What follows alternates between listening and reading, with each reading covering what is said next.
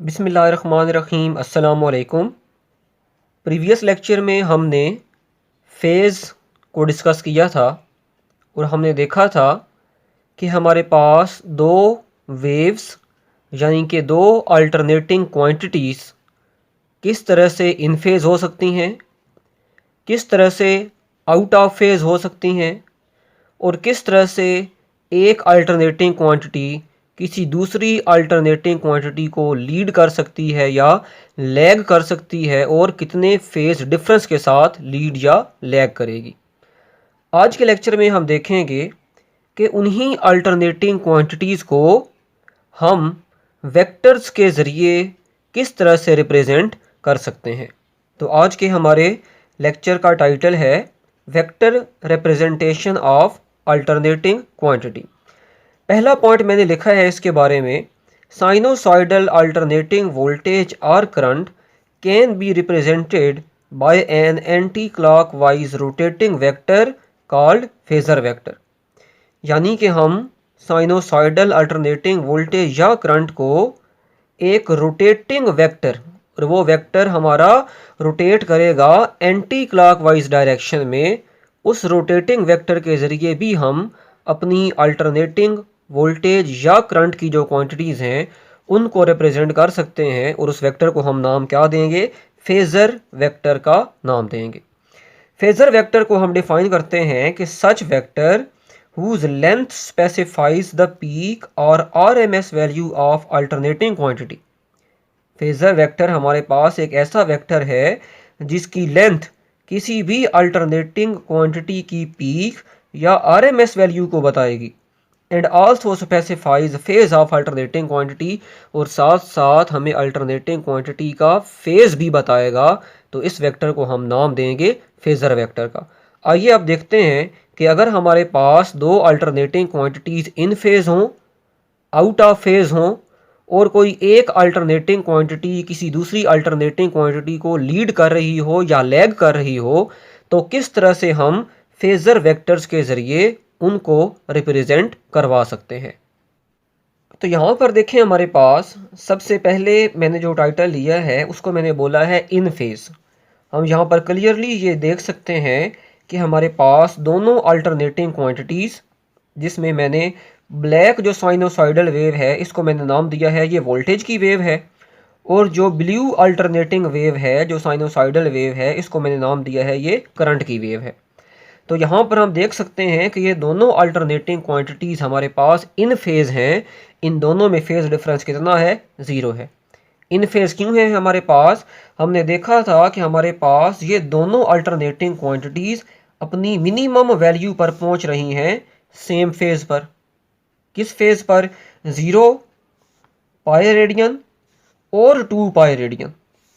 ये तीनों फेसेस हमारे पास ऐसे फेज़ हैं जहां पर दोनों अल्टरनेटिंग क्वांटिटीज़ की वैल्यू मिनिमम है यानी कि 0 है।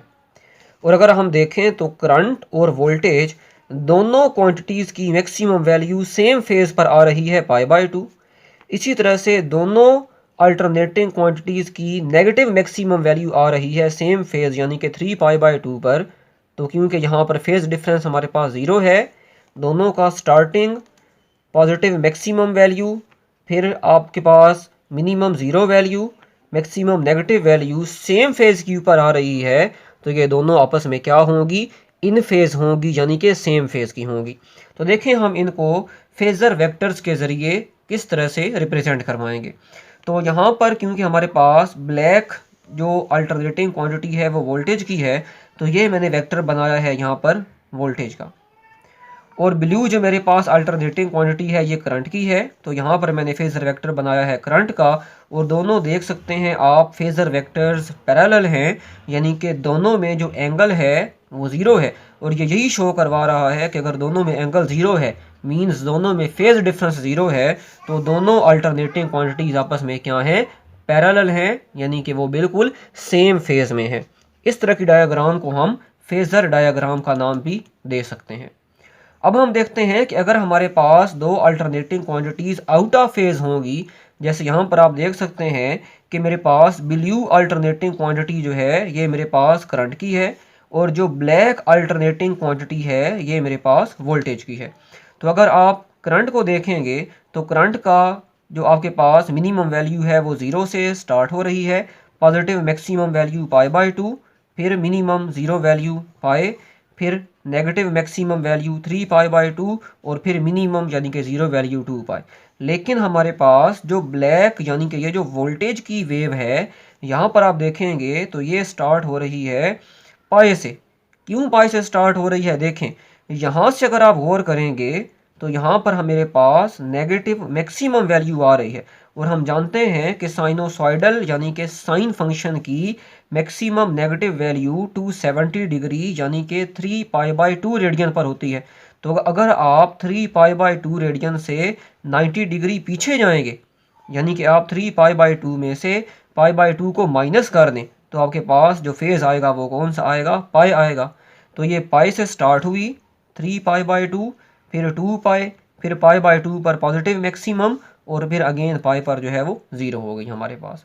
तो यहाँ पर हमने देखा कि मेरे पास जो ब्लू वेव है इसका अगर मैं इस रेफरेंस एक्सिस इसको मैं ले लूँ तो यहाँ पर मेरे पास ब्लू वेव का फेज़ 0 है, जबकि मेरे पास जो ब्लैक वेव है इसका फेज़ यहाँ पर पाई है।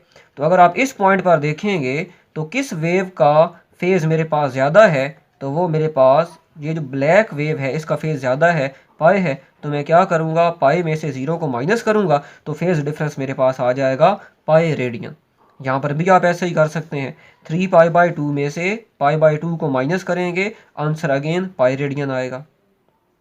तो यहाँ पर हमें पता चला कि जब हमारे पास दो अल्टरनेटिंग क्वांटिटीज़ में फेज़ डिफरेंस पाई रेडियन यानी कि 180 डिग्री होगा तो हम कहेंगे वो दोनों अल्टरनेटिंग क्वांटिटीज़ जो हैं वो हमारे पास आउट ऑफ फेज़ हैं। अब इनको मैं वेक्टर्स यानी कि फेज़र डायग्राम से कैसे शो करवाऊंगा? तो यहाँ पर मेरे पास ये करंट का फेज़र वेक्टर है ब्लू और जो ब्लैक है ये वोल्टेज का फेज़र वेक्टर है, और क्योंकि दोनों में फेज़ डिफरेंस 0 है तो दोनों वेक्टर्स एंटी पैरेलल होंगे, 180 डिग्री पर होंगे। अच्छा, एक पॉइंट यहाँ पर और भी देख लें कि यहाँ पर मेरे पास जो इन फेज़ के केस में है कि ब्लैक जो मेरे पास वेक्टर है इसकी लेंथ मैंने ज़्यादा बनाई है, जबकि ब्लू वेक्टर की लेंथ मैंने कम बनाई है। वो इसलिए मैंने ब्लैक की ज़्यादा बनाई है क्योंकि ब्लैक क्वांटिटी का अगर यहाँ पर आप एम्पलीट्यूड देखेंगे यानी कि पीक वैल्यू तो वो ज़्यादा है, जबकि मेरे पास जो ब्लू क्वांटिटी है इसका अगर आप मैग्नीट्यूड देखेंगे, सॉरी एम्पलीट्यूड की बात करें, एम्पलीट्यूड अगर आप देखेंगे तो ब्लू का कम है और ब्लैक जो है इसका एम्पलीट्यूड ज़्यादा है। तो इसलिए मैंने ब्लैक के लिए जो वेक्टर बनाया उसकी लेंथ ज़्यादा बनाई और ब्लू के लिए जो वेक्टर बनाया है उसकी लेंथ कम बनाई है, क्योंकि अभी हमने फेज़र वेक्टर की डेफिनेशन देखी थी कि फेज़र वेक्टर एक ऐसा वेक्टर होगा जिसकी लेंथ हमारी अल्टरनेटिंग क्वांटिटी की मैक्सिमम यानी कि पीक वैल्यू या RMS वैल्यू को बताएगी। तो क्योंकि ब्लैक की यहाँ पर पीक वैल्यू ज़्यादा है तो इसलिए मैंने ब्लैक की लेंथ ज़्यादा बनाई है, ब्लू की यहाँ पर पीक वैल्यू कम है तो ब्लू की मैंने लेंथ जो है वो कम बनाई है। अब आते हैं हम अपनी अगली डायग्राम पर। यहाँ पर अगर आप देखें तो हमारे पास दो वेव्स कुछ इस तरह से हैं कि ब्लू जो है ये स्टार्ट हो रही है 0 फेज से, जबकि ब्लैक जो है ये स्टार्ट हो रही है अपनी पॉजिटिव मैक्सिमम वैल्यू से, और हम जानते हैं साइनोसॉइडल फंक्शन की मैक्सिमम पॉजिटिव वैल्यू तो 90 डिग्री यानी कि π/2 पर होती है। तो अगर मैं इस लाइन को रेफरेंस एक्सिस ले लूँ जहाँ पर टाइम मेरे पास 0 है तो यहाँ पर क्या हो रहा है कि ब्लू जो है इसका फेज़ कम है, 0 है, ब्लैक जो है इसका फेज़ ज़्यादा है, π/2 है। तो मैंने आपको बताया था कि जिसका फेज़ ज़्यादा होगा वो क्वांटिटी क्या करेगी? लीड करेगी, और जिसका फेज़ कम होगा वो क्वांटिटी क्या करेगी? लैग करेगी। तो यहाँ पर और कितने फेज़ डिफरेंस से हमारे पास ये ब्लैक जो है ये लीड कर रही है, तो π/2 में से 0 को माइनस करेंगे, फेज़ डिफरेंस हमारे पास आ जाएगा 90 डिग्री यानी कि π/2 रेडियन। तो अब क्योंकि मेरे पास जो ब्लू है ये लैग कर रही है, 0 से है, तो इसको मैंने बनाया अलॉन्ग एक्स एक्सिस, और जो ब्लैक है ये लीड कर रही है फेज़ डिफरेंस 90 डिग्री के साथ, तो ब्लैक को मैंने यहाँ पर बनाया है। क्यों? ताकि दोनों में एंगल कितना बन जाए? 90 डिग्री बन जाए। तो इसका मतलब हुआ कि ब्लैक लीड कर रही है, ब्लू लैग कर रही है, और कितने फेज़ डिफरेंस के साथ? 90 डिग्री यानी कि π/2 रेडियन के साथ। अब इस डायग्राम में हम देखेंगे तो यहाँ पर आप देखें तो हमारे पास एक ये ब्लू बिल्कुल सेम इसी केस की तरह है, जबकि ब्लैक जो है वो स्टार्ट हो रही है नेगेटिव मैक्सिमम वैल्यू से, और हम जानते हैं कि नेगेटिव मैक्सिमम वैल्यू 270 डिग्री यानी कि 3π/2 रेडियन पर होती है। अब यहाँ पर मैंने आपको लास्ट लेक्चर में भी बताया था कि स्टूडेंट्स ये समझते हैं कि ब्लैक का फेज़ ज़ीरो जो है ये हमारे पास जो है वो कम है, जबकि जो ब्लैक है मेरे पास इसका फेज़ 3π/2 ज़्यादा है। तो वो कहते हैं कि ब्लैक जो है ये लीड कर रही है और ब्लू जो है ये लैग कर रही है। तो मैंने आपको बताया कि ये कॉन्सेप्ट बिल्कुल गलत है। उसकी रीज़न ये है कि क्योंकि जब आप ज़ीरो से नीचे जाएंगे तो आपके पास वैल्यूज़ नेगेटिव आएंगी, तो इसका मतलब हुआ यहाँ पर ज़ीरो बड़ा है, लेकिन 3π/2 जो है यहाँ पर तो वैल्यू -1 आएगी हमारे पास। साइन 270 डिग्री -1 होता है, तो ज़ीरो जो है वो बड़ा है, -1 जो है वो छोटा है।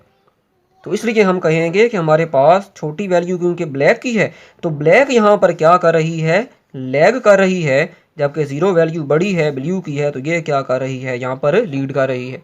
लेकिन मैंने आपको बताया था कि आप इस कन्फ्यूजन में ना पड़े। आपने जब भी चेक करना है कि कौन सी लीड कर रही है कौन सी लैग, तो आप एक्स एक्सिस के नीचे वैल्यूज़ को देखें ही ना। आप सिंपल क्या करें, एक्स एक्सिस से ऊपर वैल्यूज़ को देखें। तो मैं एक्स एक्सिस से ऊपर जाकर देखता हूँ यहाँ पर, तो मुझे पता चला कि ब्लैक जो है ये स्टार्ट हो रही है ज़ीरो से, इसका फेज़ ज़ीरो है, जबकि इसी पॉइंट के ऊपर जो ब्लू है इसका फेज़ ज़्यादा है, π/2 है। तो इसका मतलब हुआ वही कि ब्लू क्या कर रही है, लीड, और ब्लैक क्या कर रही है, लैग कर रही है। और कितने फेज़ डिफरेंस के साथ, π/2 -0 π/2 रेडियन के साथ। तो ब्लू हमारे पास लीड कर रही है, तो ये ब्लू का फेज़र वेक्टर आया। ब्लैक लैग कर रही है, तो ये ब्लैक का फेज़र वेक्टर आया। और कितने फेज़ डिफरेंस के साथ ब्लू लीड कर रही है, π/2 यानी कि 90 डिग्री के साथ। तो उम्मीद करता हूँ कि आपको वेक्टर रिप्रेजेंटेशंस जो है वो आसानी से समझ आ चुकी होगी। तो मिलते हैं नेक्स्ट लेक्चर में जिसमें हम स्टडी करेंगे AC थ्रू रजिस्टर। तब तक के लिए अल्लाह हाफिज़।